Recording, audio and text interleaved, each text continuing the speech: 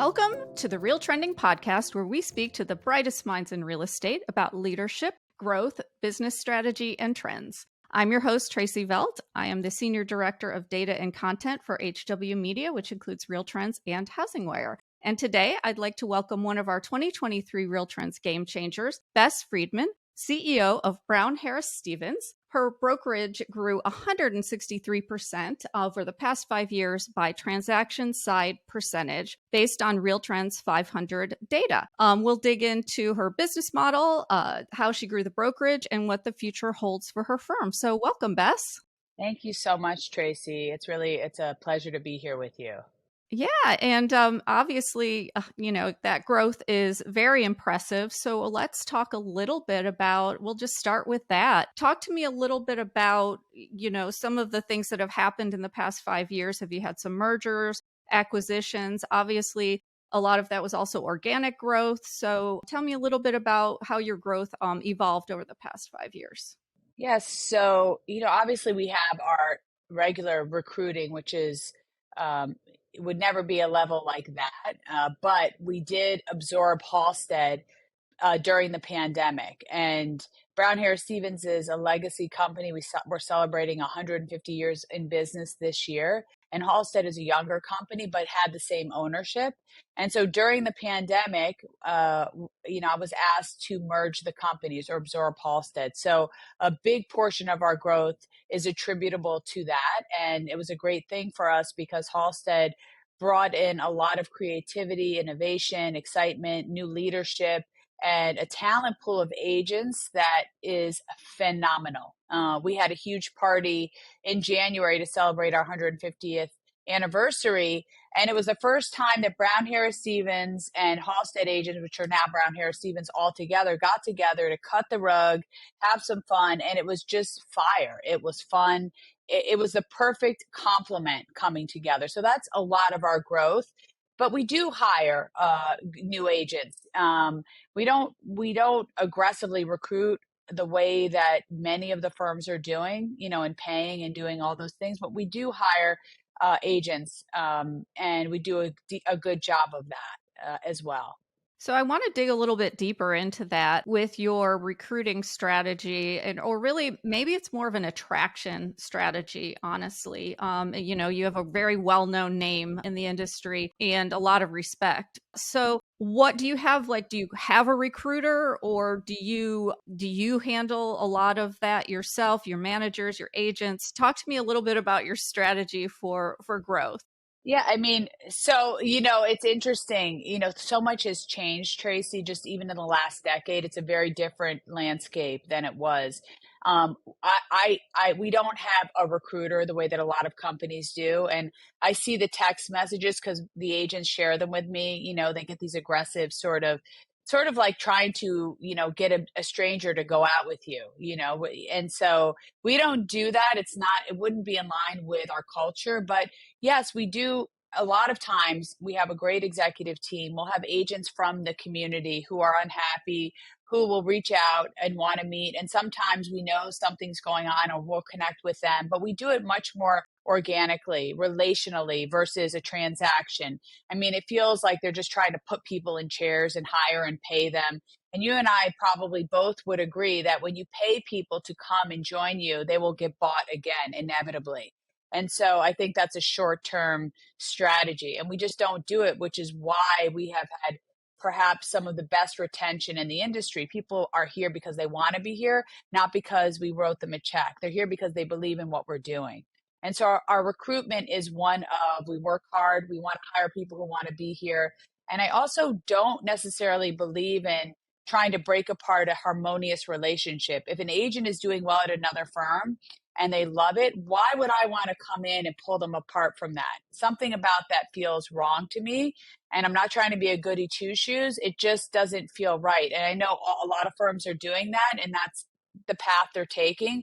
I just don't want to be a part of that. Well, yeah, you want agents who want to be there, obviously, and and I totally I agree with you. If you recruit on price, they leave on price, or compensation. Yeah, and there has to be a value to the culture, but there also has to be a value to the relationship. I said a while ago when I was on a panel with one of my competitors who is really aggressive and that he just calls and pays people and tries to get people to come. I said, it's just like if you have a relationship in your dating world and you're with somebody that you love and somebody comes along and says, look, I'll buy you a Rolls Royce. I'll get you a new house. I'll give you all this stuff. First of all, it seems gross and weird. And why would you want to do that? I mean, so it's just not how we do it. We don't, hire at the speed that they do. And if that works for them. And so we just have a different playbook and it's okay. I'm okay with how we're doing things. Yeah. And I know most of our audience know, your firm and that, but just so they know, how many agents do you currently have and how many offices? Well, we have nearly 3,000 agents, almost 50 offices. We're in 4 states. We are in Florida, New Jersey, and we are in New York. We are in Connecticut. And, we have part of our growth, as I said earlier, was the fact that we absorbed Halstead. But our biggest, I would say, agent base is in New York City. And we have offices throughout the city. We have offices in Riverdale and in Harlem.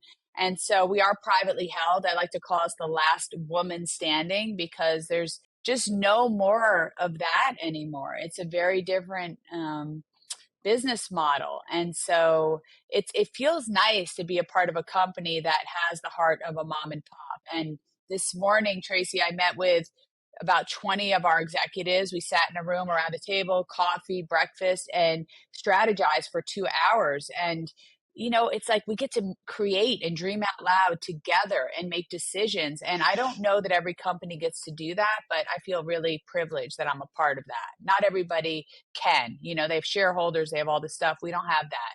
We do not have that. And with your growth strategy, are you looking into moving into other markets? I mean, the markets you're in right now make sense from a feeder market to Florida and, things like that. Are you looking for other opportunities or just as they present themselves? No, we're always looking for other things. We were looking at something recently. We did open in Rhinebeck last year. We opened in Fire Island, and we're looking at a current opportunity now. So we call them tuck-ins. Sometimes we find a little company in an area that we like and we'll buy it and then bring it in. So always open to it. It's just got to have synergy and make sense with the markets that we're currently in. And so we're open to it, but we're not just doing it growth for the sake of growth. We do it for a purpose, for it to make sense, right? And we're also probably a little more fiscally responsible because we're private and we don't have tons of people throwing money at us. We stay very solvent and we're careful with what we do. Okay, great. So I'm going to talk more personal now. What I found is the executives that I interview, they all have that aha moment, multiple aha moments where they, kind of realized that they had to make a big jump to grow, or they had to change up their business model or change up how they were doing things. Maybe it's a personal, revelation for you. What was your aha moment, or the one that maybe impacted you the most? Yeah, it's a really good question. And I wouldn't say, I mean, there are obviously plenty of moments where you have light bulb, like, oh, that's important. I think one of them that's a meaningful one for me professionally is that as I came over to Brown Harris Stevens from a competitor, you remember, as I said, it's a legacy company. We didn't even have videos of properties when I joined. We did not have a lot of the things technologically. So what I saw as I came to BHS, and then as you looked around the industry, there was a lot of new technology and innovation happening around us. And what seemed very clear to me, and the team was on board as well, is that we needed to start to build and invest in places that we hadn't. Otherwise, we would get left behind. So we did a bit of a pivot from just focusing on, culture and agents, which we still do, and started to really invest in tech and our platform and listing system and new tools and talent. And so I think that was, I started to see that everything was like the competitors were really aggressive. Things were different. And I was like, we have to start to do things differently. We can't just rely on the fact that we have a great reputation and we manage buildings. We also need to provide the platform that not just the agents of today, but the agents of tomorrow. And I said, we have to build for the agents of tomorrow. And that was sort of a pivotal moment for all of us it wasn't just me, it was in collaboration with the team. And so we started to build, invest, worked with a budget, hired people, and we started to now we have a company with also the brand, the reputation, but also the platform to support these agents. And that makes an incredibly powerful brokerage, I have to tell you. And we're still doing stuff all the time. It's innovate or die, create, build, or die. And we're doing it all the time. You have to have all of it. It can't just be tech, and it can't just be the brand and reputation. You need to really have all of it together. I mean, that agents expect that, and they deserve it. Yeah, absolutely. I mean, really, most brokerages now, the technology it's table stakes. You have to have it to survive, to recruit, to, retain agents. Where the difference comes is really in the value proposition of the brokerage, the culture of the brokerage, and that. How would you kind of define your value proposition or your culture? It is a culture that is obviously professional and ethical and all of those things, but it's a culture of showing up for each other. It's an in-person culture, available for you, accessible culture. All of our executives after the pandemic, been coming into the office, all our employees. We make ourselves available, but we're committed to service and hospitality at the highest level, and taking care of people, clients and agents. And when people sometimes refer to us as a luxury company, and I say luxury doesn't mean the price point, it means the level of service and care that we give to agents and to our clients. And I think that's a little way that we distinguish ourselves from the others, that we really care about, even whether it's a rental or a high-end property. We want it to show up incredibly well. And we want people to feel like they're being seen and heard, agents and clients alike. And I think that keeps us, like I said, it's like we are a bit of a mom and pop. We care about the details. And that, I think, is special, especially in today's environment, Tracey. Absolutely. I mean, the last couple of years have been very transactional, rather than relationship focused. And I feel like a lot of agents are struggling now with having to move away from, obviously, that transactional relationship to a true relationship. So that's something, if you've already built that into your culture, your agents are already ahead just because of that. Yeah, I mean, the other thing that I'm sure that, I think everybody is sort of reckoning with is that the pandemic sort of put everybody at home and working. And a lot of, I think, still real estate professionals still work a lot from home, even though they go out and show properties. And I can't underscore enough how important it is to come into your office and see your colleagues. What's going on? How you doing? How you feeling? Share some food, talk to your manager, I think it also helps sitting in isolation or sitting alone, or I think it's a powerful thing to come in and congregate and see each other. And we encourage that all the time. The more bodies that are in the office, the happier I am. Unless they're out showing properties, that's fine. But you people you want to see each other. You want to see, I mean, the pandemic gave us a lot of quality time with our loved ones. I love that I got to hang out with my two teenagers and my dog and watch movies. But at the end of the day, when I come to work, I want to be at work. I don't want to be at home working. I want to be in my office as a professional. Yeah, absolutely. That in person is so important. When you were talking about technology, I just want to talk about, artificial intelligence has been at the forefront of many conversations recently. It's been kind of embedded in a lot of different real estate products throughout the years already. It's kind of coming to a new level. So what are your thoughts, and is your company working on anything from that aspect to help your agents become more efficient or market better? Or Yeah, I mean, my chief marketing officer was just here. He's got this whole new platform he's working on with AI, and he's got new ideas and new pitches. I mean, you cannot be here today in 2023 and not be thinking about this, talking about it, and figuring out ways to implement it into your platform. So, of course, we have new tools and things that we're going to be presenting to the agents. And I think what it will do is just allow the agents to work more efficiently, and the executives. I think it will solve for so many things. It doesn't solve for everything, but it just will give you more time, which I think is the beauty of AI.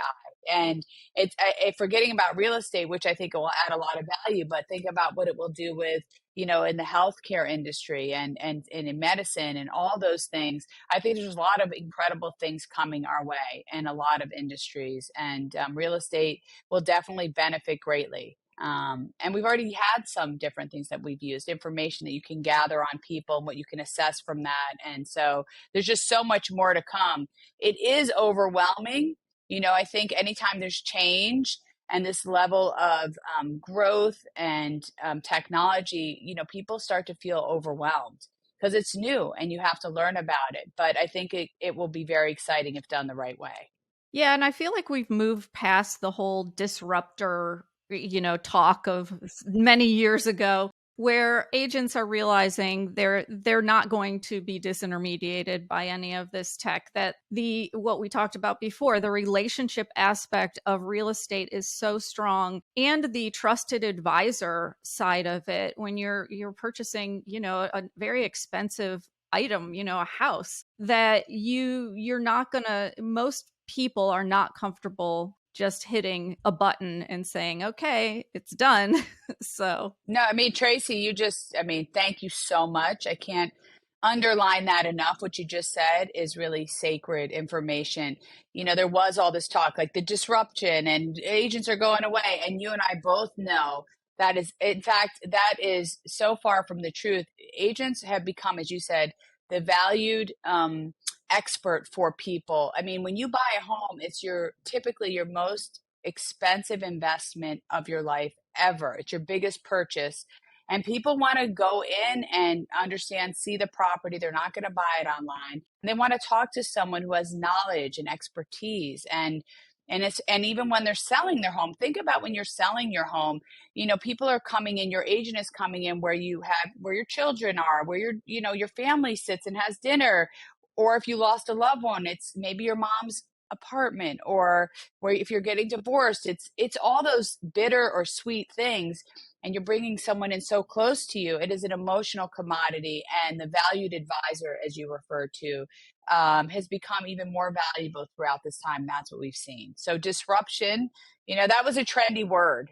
People were loving to say, oh, disruption. Yeah, disruption is good, but the agent is valuable today, maybe perhaps more than they were back 5 years ago. And that kind of leads well into my next question, which is really opportunity. I feel like this type of market really kind of spurs that innovation and opportunity for brokerage leaders and for agents and team leaders. So where are you seeing the most opportunity today in the industry? So where is the most opportunity for brokerage leaders is the question. Yeah. I think Yeah. it's I think it's interesting because leadership today has changed so much in business. It used to be straight up business. It was like very sort of this one line of like, you just talk about business, how do we make money, and that's it. And it was sort of devoid of emotion, right? You weren't like considering feelings or what was going on. If there was chaos in the world, it was sort of, this is business, we sell this, we do this, let's do it. And where I think there is incredible opportunity, and I've been lucky to benefit from it, is that you can be a human being in your leadership role. You can talk to or express when there's angst in the world, when there's another mass shooting. And people are, even though that's not related to real estate, there's pain in the air. We had an agent who had a grandson who was killed in one of the shootings in Florida some years ago, and came crying. I get goosebumps right now telling you this story. I get just, it's so people, they're human beings who are impacted and affected by everything that's going on. And where I think leadership, where you have this huge opportunity, is to say, I see you. It's painful. It's horrible what's going on. And so what I do, that I think a lot of leaders do and can do, is I communicate. I write memos.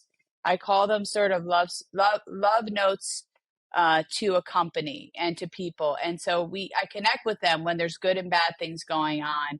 And it makes the agents feel seen and heard, and it's almost like a validation of what is happening versus ignoring it. And it's not political. I want to be clear. It's apolitical. It's more about life is hard and we're feeling it, and feel your feelings. We feel it with you.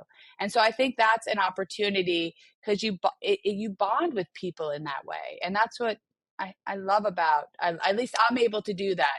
Maybe it's because part of it is because this is a privately held company and have a lot of freedom to do that. I don't know that public companies would let you do that. I don't know, but I'm grateful. Hi, I'm McKenna Clay, Events and Programs Specialist here at HW Media, and I am here to invite you today to our next event this summer. You might be wondering, how do you build a resilient brokerage, or how are execs at companies like Remax and Keller Williams being strategic? Well, you can learn from the greatest minds in real estate at this year's Gathering of Eagles event.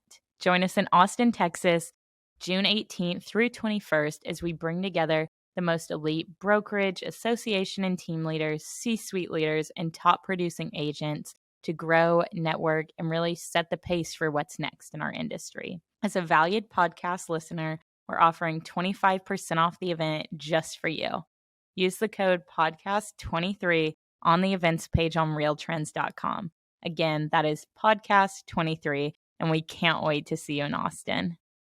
Yeah, definitely. I mean, I think that you're right. I mean, it's not political. There's just a lot of the aftermath of the pandemic has left, a lot of people in not necessarily despair, but definitely impacted in ways that no one ever really knew, or that you can always sense. So different things happening in the country can definitely trigger those feelings again. And agents they've been back to business. They were in business during the pandemic, so yeah, I think that human element is so important. Yeah, and I listen, I'm not saying it's easy. It's like you have to thread the needle when it comes to that, but Right. to ignore it or act like it doesn't exist because it's easier. They say the opposite of love is not hate, it's indifference, right? It's like that lack of sitting idly by while just the pain is going through the world. And you just sit there like, well, I didn't see that. I just don't know how to do that. It's not in my DNA.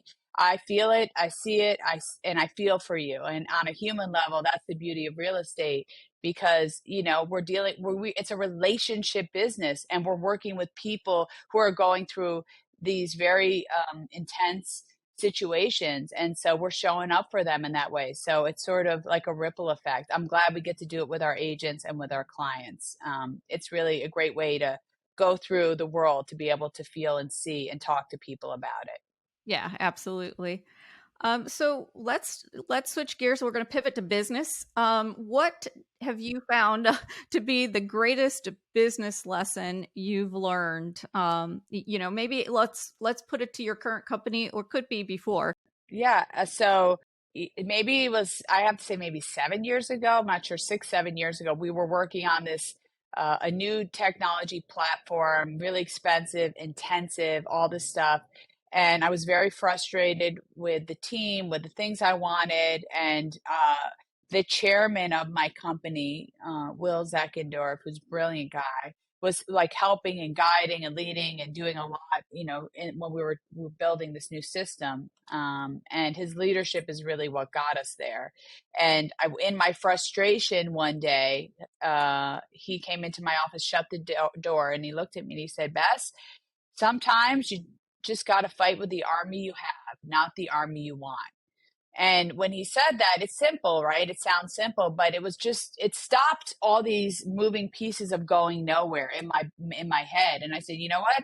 This is the budget I have. This is what we're working with, and this is what we have to figure out. And so I use that for so much. When I see my budget, when I have my team, when I say, you know what, this is where we are. Maybe I can push a little this way or that way, but this is what I have to fight with. And thinking about the what ifs or what I would dream about is a waste of my time. And so to me, that was a real aha light bulb moment in business. And I remind him of that sometimes, and he laughs, but it's the truth.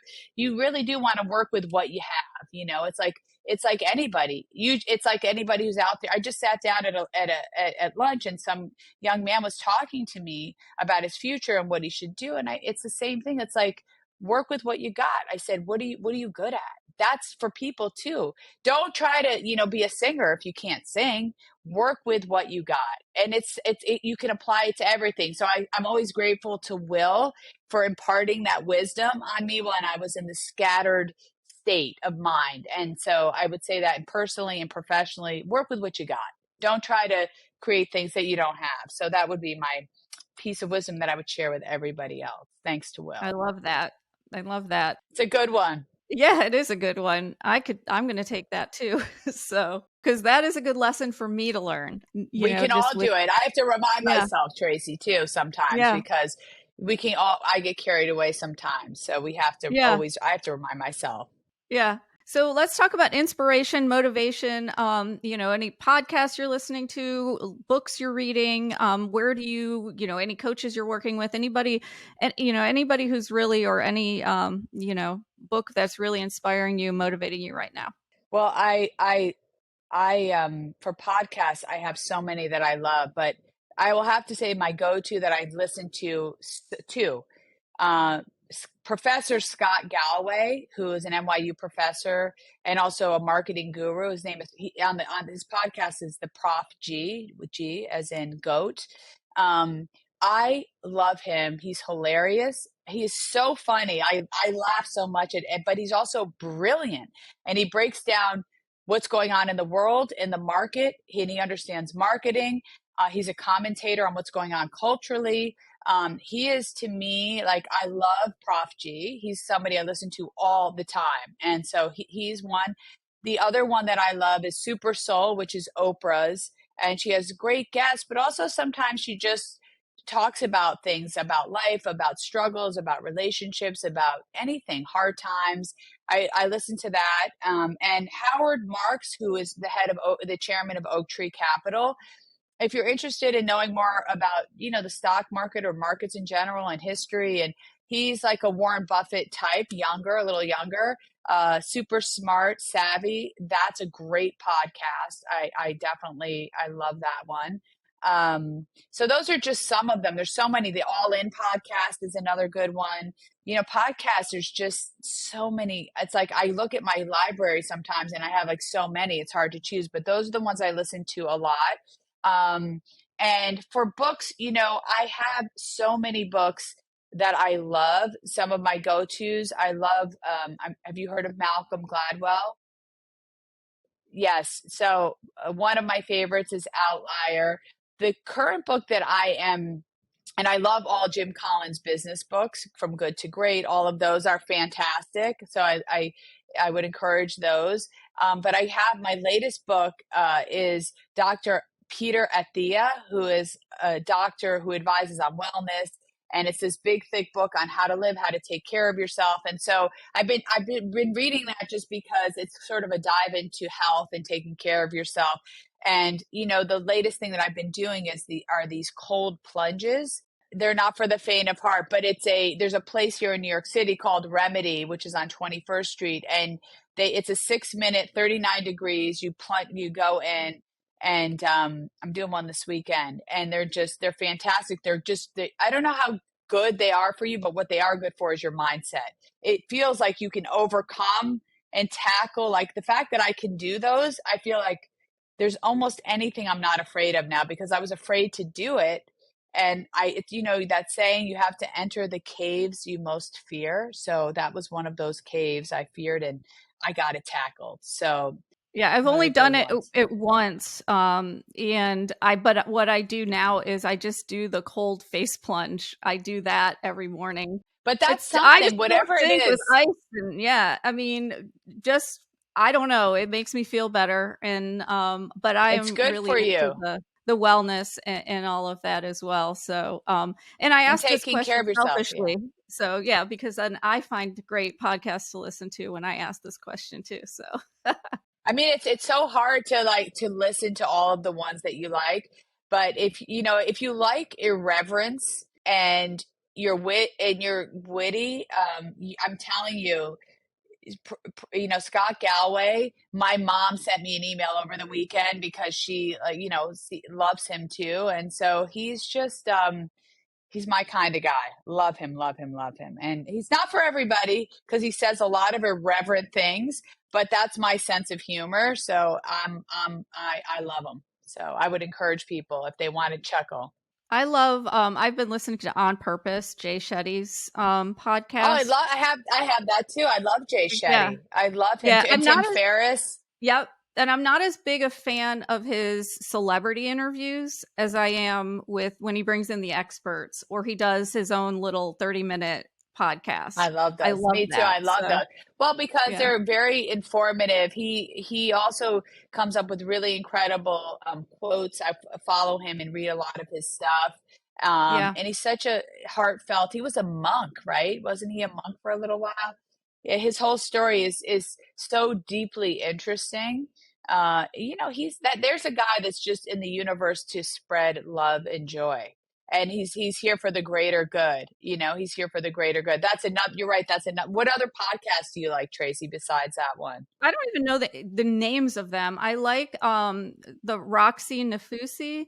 She has one, I can't remember what it's called, but she does a lot of the manifesting, but from a there's also a neuroscience manifesting. So it's I can't remember. See, I don't remember the names of them. I just listen, you know, I just pull them up. But they do, it's a whole play. Yeah. It's a whole right? Podcast that talks about the neuroplasticity of the brain and how no matter what age you are, you can change. And it's coming from a science-based background. Even though the ideas sound very like out there woo-woo, but it's science is proven that they actually make a difference. Yeah, the woo-woo, you know, a lot of stuff that I've read has been about with the brain and neuroplasticity is, you know, you really have to use it. You kind of have to read, you have to keep the mind busy, sitting idle, and there's certain things to avoid. So, and obviously physically moving yourself, being active, eating well. And the other thing I bet you've read, which I think is important for everyone, is sleep. I cannot underscore enough how important a good night's sleep is. I'm always trying to get home so that I can get enough hours in so I will feel good the next day. You know, we all know we feel shortchanged when we have 3 hours of sleep. Oh no, Not I good. track it with my little Aura ring. Oh, you have that? I had the Whoop. So. I had the Whoop Okay. for a while that was telling me how I was sleeping. And yeah, so there's ways to track it. But, you know, listen, we got to take care of ourselves, right? We're not going to be here forever.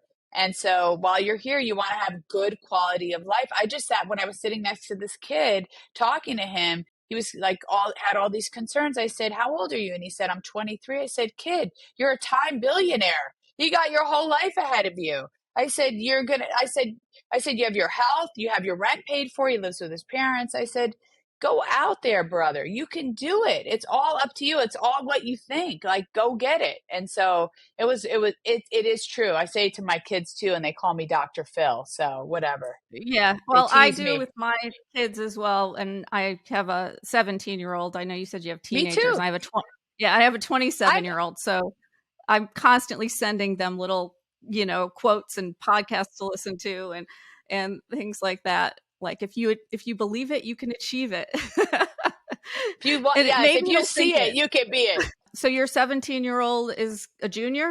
He's a senior. My son is a senior. Yes, okay. And my daughter, who's 20, she's a junior in Boston at Berkeley School of Music, singer songwriter. Okay. I'll see them both. I have lunch with them. They're coming in this weekend, Saturday, and then Sunday we go to see my mom, who's 81 and lives in Rhinebeck, and we have like a big, huge, chaotic gathering of noisy, loud Jewish people screaming at each other, eating a lot of food. That's what every meal is like in my family. All we care about is the food. Like, what are we eating? Shut up. And that's what it's about, is the food.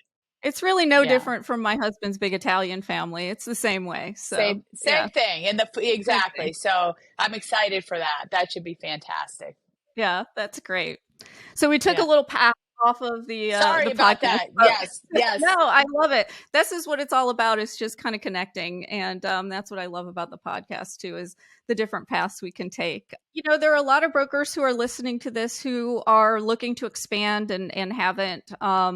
And what advice do you have for them as they look to grow their business? So if this is for real estate agents, you're saying? I would say this is for agents or or team leaders or even brokers of smaller firms who are looking to expand? Yeah, it's listen, if you're looking, the question is you have to figure out what your why is. I think before you do anything, figure out why you want to expand. Because if you're just expanding because you just think it's the right thing and you just want to try to make more money and, figure out why is it, because sometimes you don't need to expand. You have enough where you are and with who you're working with to to make more money within what you have. And for agents and teams and that kind of thing, it always looks like people are doing better than you. That's just how it is. Like the perception is really the reality for people. But the truth is that many times people are struggling despite what you see on Instagram. It looks like people are just, selling stuff. They're making all this money. The reality is that people work really hard to be successful in this business. So don't pay attention to what you see on social media. Focus on yourself. Build a better you, a stronger you. And again, know your product. Go in and see as much inventory as you can. And I can't emphasize this enough.